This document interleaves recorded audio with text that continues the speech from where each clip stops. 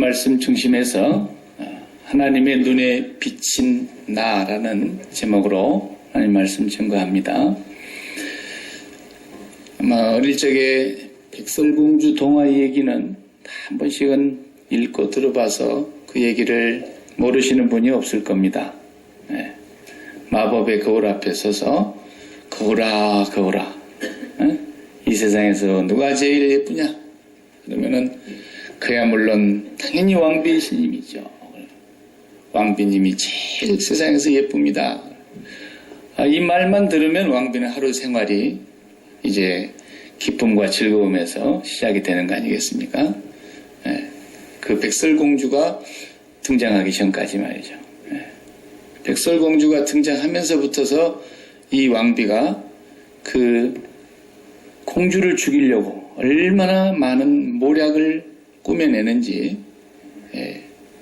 그를 죽일 수만 있다면 그냥 망태 할머니 같이 변장을 해가지고라도 가가지고 사과를 먹여서 죽이려고 하는 그 공주 얘기, 어릴 적에 참 많이 읽어드렸어요. 우리가 살면서 거울을 안 볼 수가 없지 않습니까? 오늘도 다 거울 보고 오신 얼굴이에요, 보니까. 저도 거울을 보고 왔어요. 거울을 잘 보셔야 됩니다. 거울을 잘못 보면 망하게 돼 있어요. 그 왕비처럼. 거울보다 망한 사람들 꽤 많더라고요. 선풍기 아주머니도 그 거울보다 망한 거예요. 멀쩡한 얼굴에 놔두고 그걸로 거기다가 칼을 대가지고 그렇게 십수번을 그냥 하죠. 난도질을 해서 이제는 정말 거울을 보지 못하는 사람이 되고 말았어요.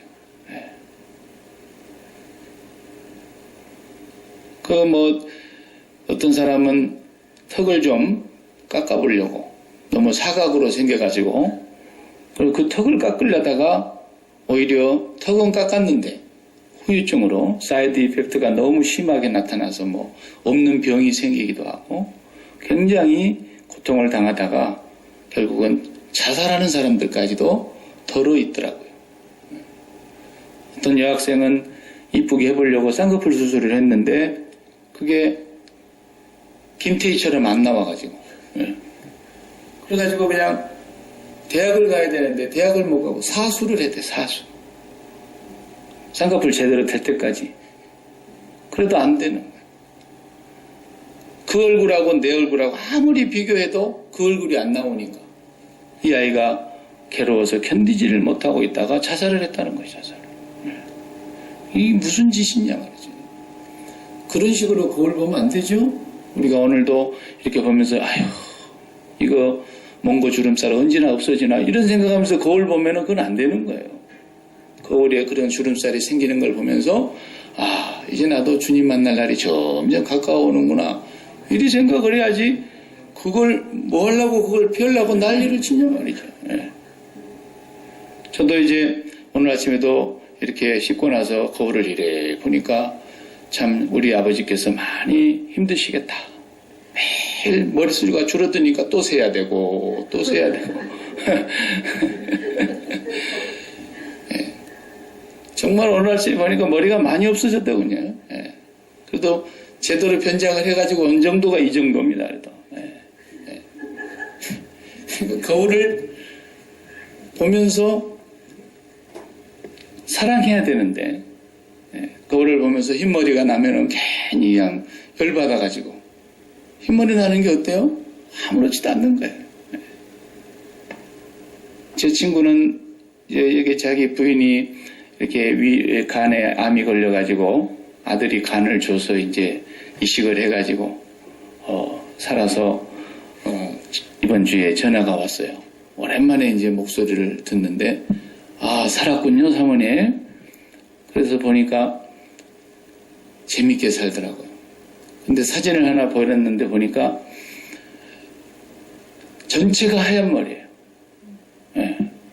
유전이 그러는데 어떡하겠어요. 근데 이제 오랫동안 병상 생활을 하다가 다시 회복이 됐지만은 머리까지 하얀 데다가 몇 달 동안은 병상에서 있다가 이제 조금 살이 붙어갖고 나와갖고 보는데 목사님하고 나란히 이렇게 서서 찍었는데 나는 목사님 어머니인 줄 알았어요. 그래도 아주 행복해가지고 너무너무 기뻐서 그러더라고요. 거울 보면서 여러분 조심하시기 바랍니다. 거울을 잘 봐야 됩니다.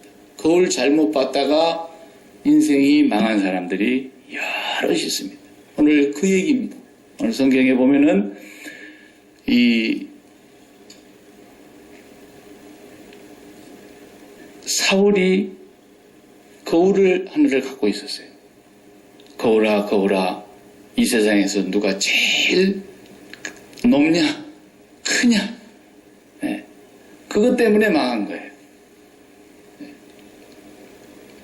그러니까 교회에서도 좀 조심할 필요가 있기는 있어요.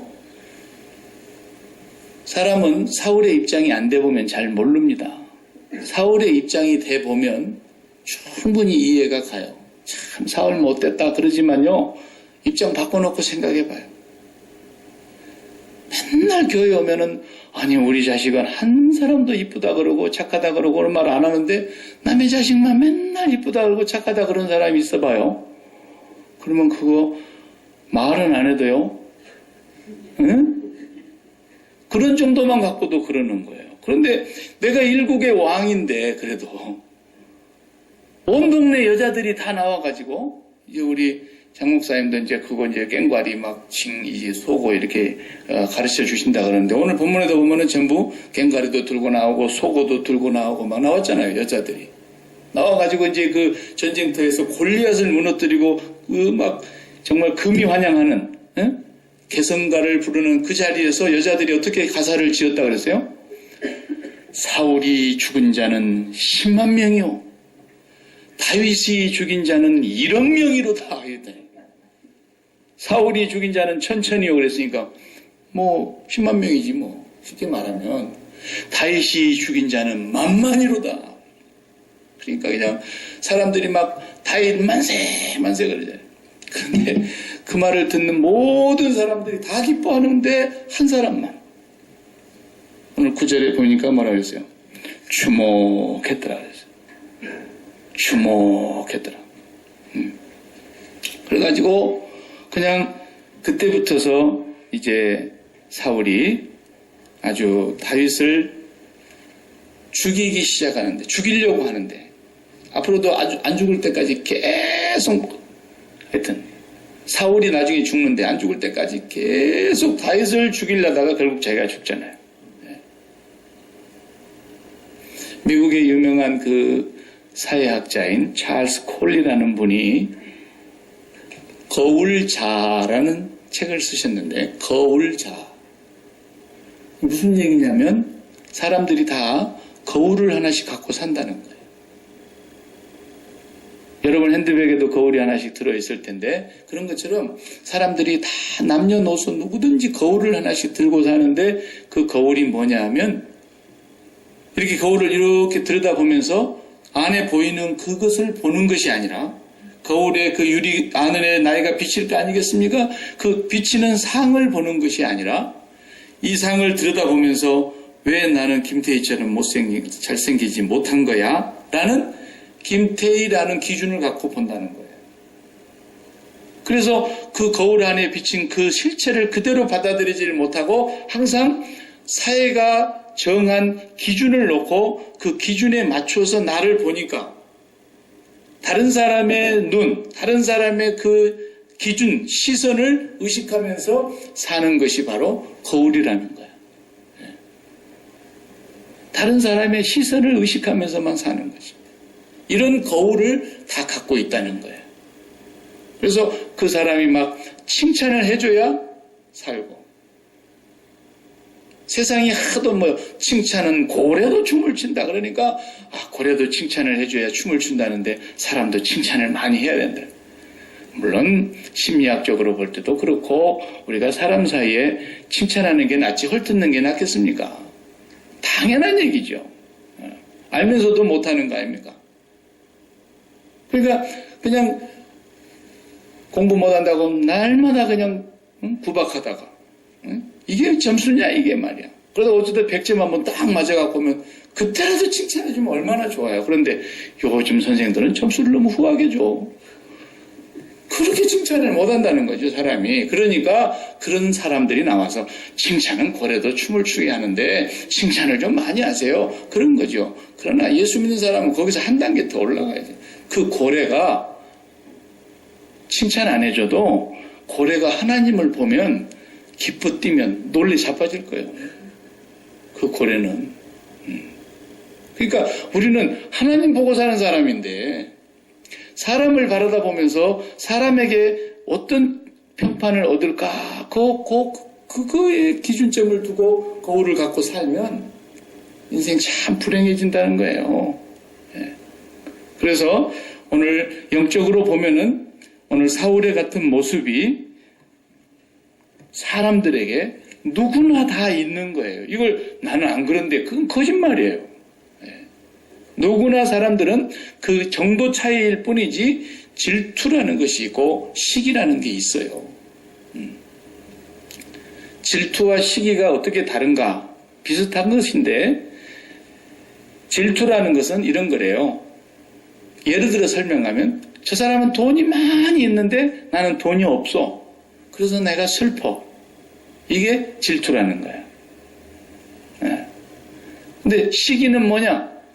저 사람이 돈이 많이 있고 나는 돈이 없는데 저 사람도 폭삭 망해버렸으면 좋겠어. 그리고 나하고 똑같이 돈이 없는 거지같이 됐으면 좋겠다 이 말이야. 이런 것이 좀 차이가 있죠. 그렇다라는 거예요. 그래서 오늘 또 우리가 이 말씀을 깊이 들여다보면은 사람들 속에 다 이런 부분이 있는데 목사는 없을 것 같습니까? 있습니다.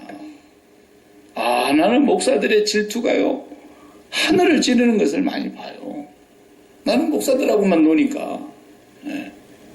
그러니까 막 담임 목사님이 이제 목회를 하고 계시는데 부목사님이 여럿이 있는 교회도 있지 않습니까? 부목사님이 막 3분, 4분 교구가 확장이 되면은 그런 데는 있어요. 근데 이번에 새로 들어온 부목사님 상당히 신령하신 것 같아. 그러면은 그 교구의 성도들은 우리 교구 목사님 훌륭한 분 오셨다고 다 좋아서 춤을 추고 그러는데 한 사람만 기분이 별로, 한 2사람은 별로 기분이 안 좋아요. 그 얘기를 들은 담임 목사님하고 그 목사님하고 한방 쓰는 사람하고 굉장히 주목하게 됩니다. 그러니까 너무 잘나면 안 되는 거예요, 부목사는. 그죠? 부목사는 담임 목사의 영광을 위하여. 이런 슬로건을 갖고 부목사들이 다 살아요. 그러니까 이제 자기가 단독으로 혼자 나가면 이제 열심히 잘하면 되는 거니까. 그렇습니다. 이번에 오신 목사님 기도의 영빨이 굉장히 세. 막 그러면 또 한 사람이 주목하는 거예요. 여기 오늘 보세요. 19절에 보니까 우리가 안 읽었지만은 뒤에 가서 보면은 다 안 읽었지만은 19절에 16절인가요? 16절이잖아요. 온 이스라엘과 유다는 다윗을 사랑하였으니 그가 자기들 앞에 출입하기 때문이더라. 다른 교구 사람들은 다 좋아하는데 온 이스라엘이 좋아하고 특별히 자기 동족인 유다 출신이니까 유다 사람들은 더더욱 좋아했다 이 말이에요. 전체가 다 좋아요. 심지어는 사울 왕이 죽으면 왕위를 물려받게 되는 요나단. 그렇게는 하나님이 안 해주시지만 요나단은 어떻게 했다 했어요? 다윗에게 자기 옷을 벗어서 줬다 했잖아요. 왕자가 입고 있는 옷을 네가 입어라. 자기가 차고 있는 칼을 네가 차라. 전부 다 다윗에게 다 주면서 자기 생명같이 사랑하고 우리 죽을 때까지 이 사랑이 변치 말자 언약을 했다는 거예요. 그래서 다윗과 요나단은 이 땅에서 최고 아름다운 친구의 모형 아닙니까? 그 아들도 그렇게 좋아하는데 딱 한 사람이 그렇게 싫어하더라고요. 사울의 신하들도 그렇게 다윗을 좋아했고 사울이 이 잘못된 거울을 하나 갖고서 살았기 때문에 이 거울 때문에 사울이 망하게 됐다는 것을 오늘 본문에서 보여주고 있는 것입니다. 18장 다 못 읽었으니까 한번 10절 11절 두 두 절만 한번 성경을 펴시고 읽어보십시다. 그 이튿날 하나님께서 부리신 악령이 사울에게 힘있게 내림에 그가 집안에서 정신이 없이 떠들어대므로 다윗이 평일과 같이 손으로 수금을 타는데 그때에 사울의 손에 창이 있는지라 그가 스스로 이르기를 내가 다윗을 벽에 박으리라 하고 사울이 그 창을 던졌으나 다윗이 그의 앞에서 2번 피하였더라. 이야, 이거 보세요. 사울이 창을 2번 던졌다는 얘기 아닙니까? 그러면 자기가 하나님의 성령이 떠나고 나서 이제 왕위는 이어가고 있지만은 너무너무 번뇌하고 고통스럽고 하루 종일 무슨 소리인지 모르게 왕실에서 떠들어대면서 정신병자처럼 발광을 하고 있으니까 또 다윗이 수금을 들고 가서 수금을 타니까 이제 정신이 맑아져야 되는데 무슨 생각이 들었어요? 저놈 때문이야. 내가 백설공주가 살아있는 한은 내가 절대 행복할 수가 없지. 그러면서 그냥 창을 가지고 어떻게 된다고요? 벽에다가 앞정으로 그냥 종이를 이렇게 딱 박아놓듯이 창으로 그냥 팍 던져서 사울의 이 창이 다윗의 옆구리를 찔러서 벽에 박히도록. 이런 잔인무도하고 끔찍한 생각이 막 드는 거예요. 한 번 피했으면 그만 말아야 되는데 2번째 막 던지는데 2번도 피했어요. 네. 다윗이 수금을 타다가 얼마나 놀랐겠습니까? 그리고 혼비백산에서 뛰쳐나가게 되겠죠.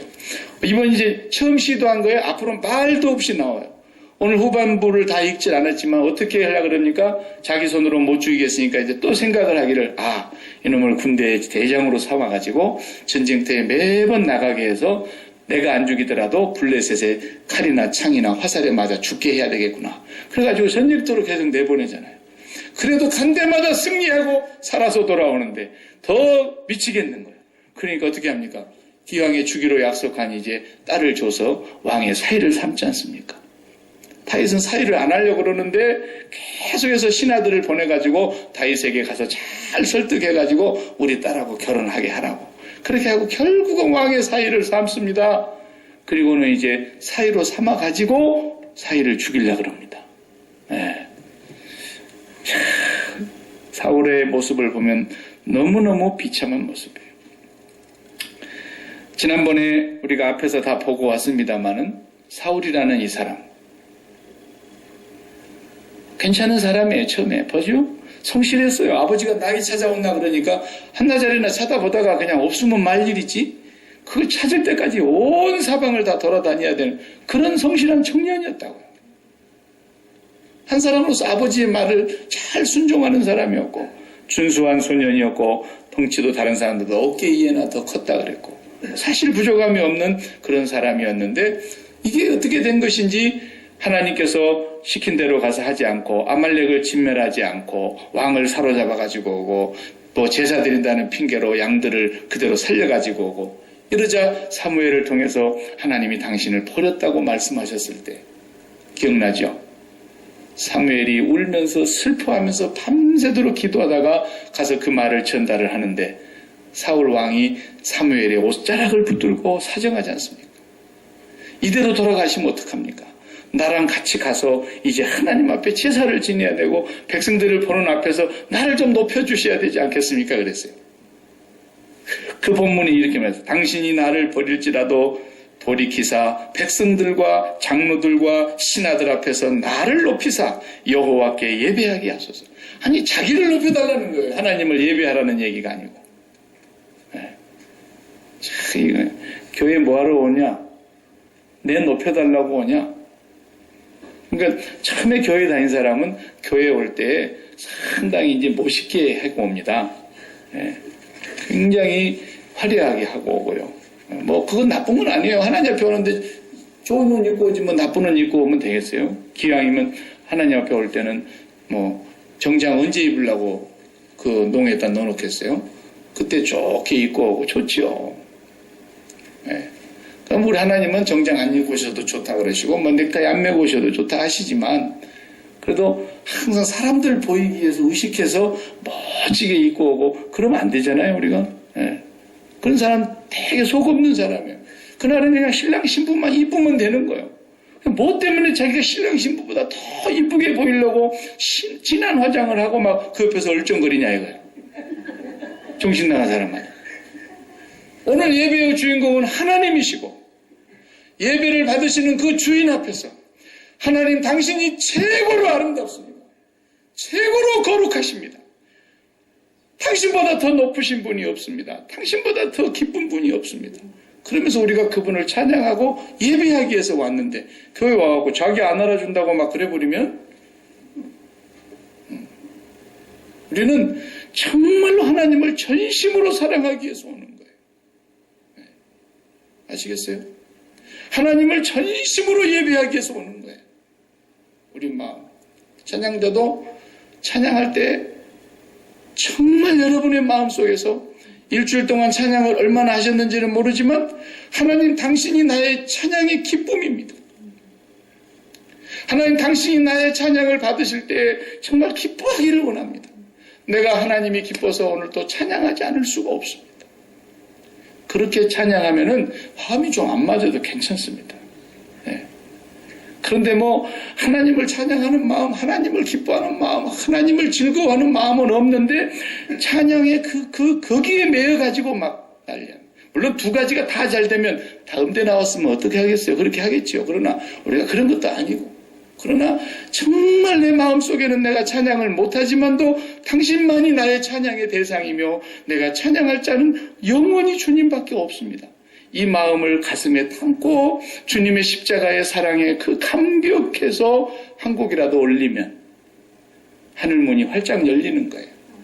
우리의 찬양이 올라가는 거예요. 다음 주부터는 좋은 옷 입고 사람이 한 명도 없게 생겼네. 그냥 누가 쳐다볼까 봐서. 여러분, 그래도 하나님 앞에 나올 때는 여러분의 마음이 하나님이 나를 지금 보시고 기뻐하실까? 그 모습으로 나아온다면은 하나님께서 여러분을 가상히 보실 거라고 나는 믿습니다.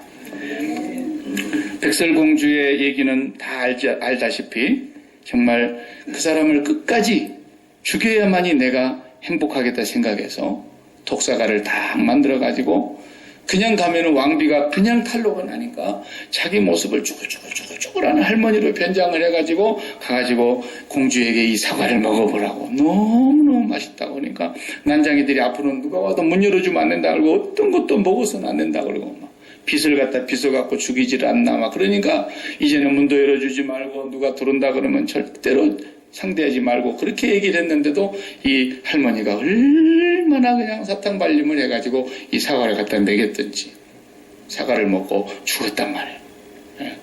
근데 자기가 어떻게 변장합니까?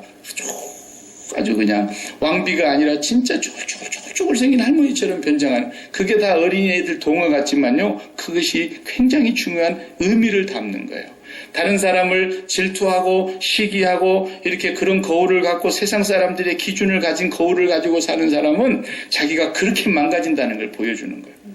그렇게 예뻐하기를 원하면서 그렇게 최고로 예쁘기를 원하는 사람이 그렇게 자기 자신을 할머니처럼 변장해가면서까지 상대방을 죽이는 거란 말이죠.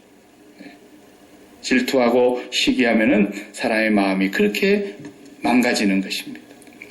오늘 저와 여러분이 다시 한번 거울을 바꿔야 되겠다는 것입니다. 거울을 바꾸자. 그 거울이 어떤 거울이냐면 하나님께서 나를 어떻게 보시나? 하나님께 비춰있는 내가 어떤 모습일까? 그 거울만 갖고 살면 되는 거예요. 바울 사도도 훌륭한 종이었지만 너무너무 비난하는 사람들이 많았어요. 보통 비난하는 게 아니었어요. 제일 많이 비난하는 사람들이 누구였냐면 고린도 교회였어요.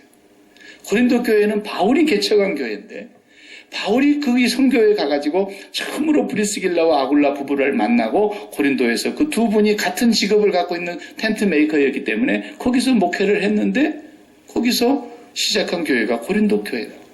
그런데 어떻게 고린도 교회 성도들은 그렇게 바울을 막 비난하고 그러지 뭐. 그러니까 바울이 아이게 편지 한 통을 썼는데 뭐라고 썼냐면 나는 당신들이 뭐라고 얘기해도 신경도 안 씁니다. 그랬어요. 그렇다고 해서 뭐 내가 의인이고 잘났다는 얘기는 아닙니다. 그랬어요. 그러나 나를 판단하실 일은 오직 주님이십니다. 주님이 그날에 밝히 드러내실 것입니다. 어떤 사람은 금으로 지었는지, 어떤 사람은 은으로 지었는지, 나무나 지푸라기로 지었는지, 그때 불로 심판하면 불로 싹 다 타버릴 것이 있고 타지 않을 것이 있는 것처럼 주님께서는 반드시 그날에 심판하실 날이 오시는 것입니다. 그러니 나는 여러분이 뭐라고 판단하든지 나는 거기에 신경 쓰지 않습니다. 이랬다니까요. 왜 그렇습니까? 주님에게 내가 어떻게 보이느냐는 그 거울을 갖고 있기 때문에 그러는 거예요.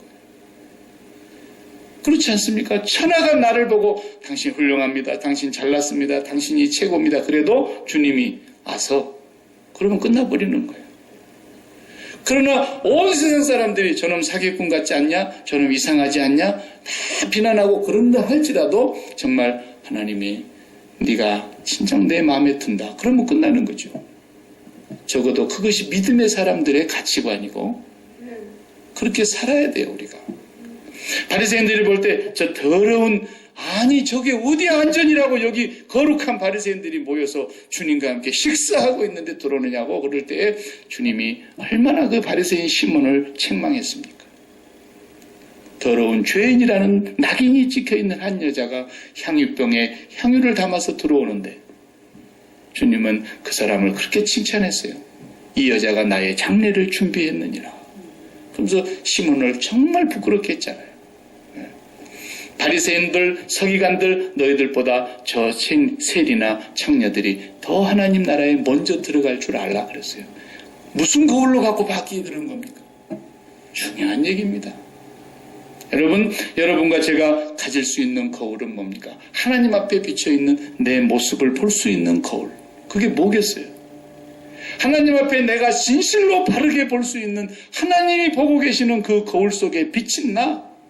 그게 뭐냐고요, 그게 예수 그리스도의 십자가 모습인 거예요.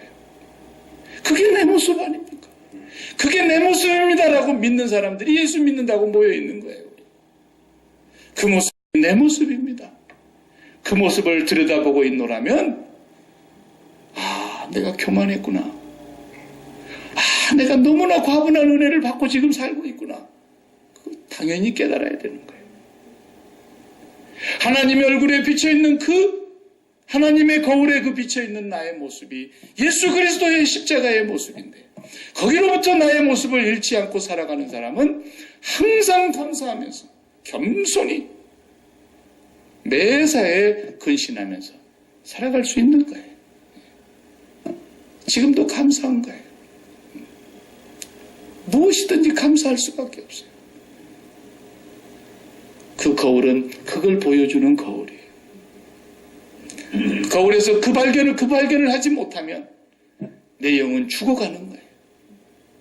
내 영이 살기 위해서는 하나님의 손에 들고 있는 거울에 비친 나의 모습, 예수 그리스도께서 십자가에서 나를 위해서 죽으신 그 모습이 나의 모습임을 항상 동일시하는 가운데서 하나님의 은혜는 생수와 같이 멈추지 않고 솟아나며 우리 마음을 적시며 우리가 하나님 앞에서 평생 은혜를 잃지 않고 살아갈 수 있는 유일한 길인 거예요.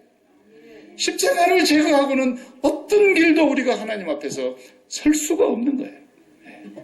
그것을 사울은 잃어버렸던 것이죠. 오늘도 저와 여러분이 그 모습을 날마다 찾기 위해서 주님을 찾는 것이고 주님 앞에 나아가는 것입니다. 우리 자녀들에게도 우리가 그런 것을 나도 그렇게 살면서 우리 자녀들에게도 그렇게 살게 해주면서 그렇게 살지 못하는 사람들을 그렇게 살 수 있도록 우리가 만들어야 될 책임이 있는 거예요.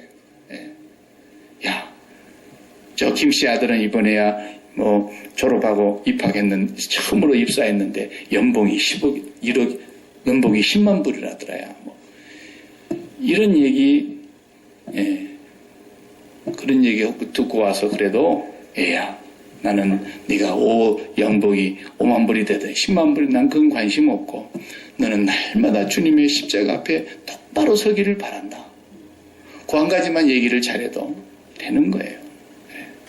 애가 부족해도 애가 내 마음에 안 들어도 다른 집 애들보다 못한 것 같아도 절대로 그런 것으로 인해서 쓸데없는 거울 주지 마요.